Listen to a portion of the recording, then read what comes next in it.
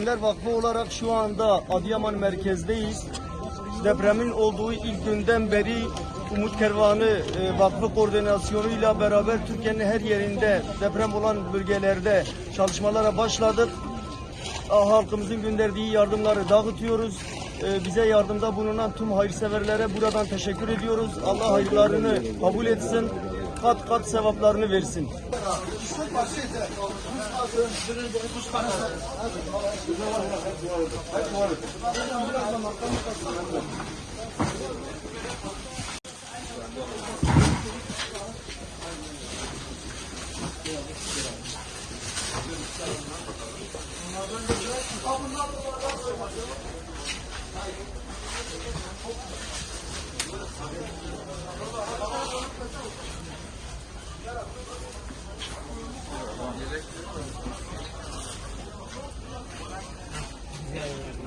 Burası da bizim malzeme dağıtım yerimiz.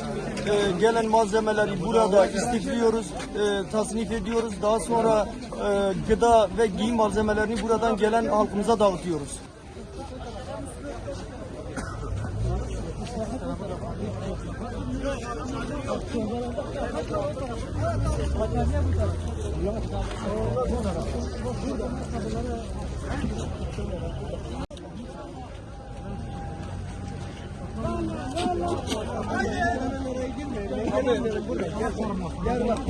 Ya Allah sen Habibin sorunları ya Allah.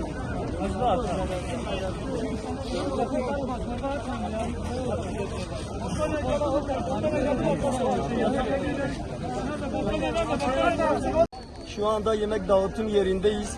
Günlük 25.000 depremzedeye sıcak yemek çıkarıyoruz. Katkıda bulunan hayırseverlere teşekkür ediyoruz. Allah razı olsun. Tabaklarınızda çorba için yer açın.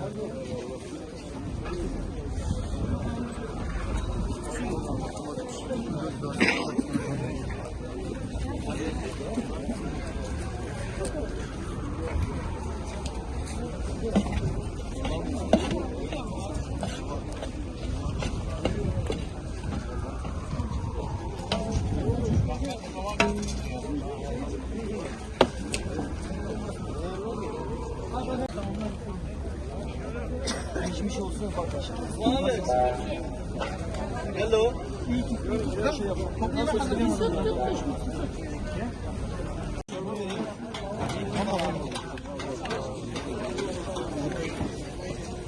Geçmiş olsun. Durumunuz nasıl? Allah yardımcı olsun. Burada da bu soğuk kış günlerinde kardeşlerimize sıcak çay ve yanında ikramlarda bulunuyoruz. Abi gelin buyurun abi. Çayımızdan ikramlarımızdan alın.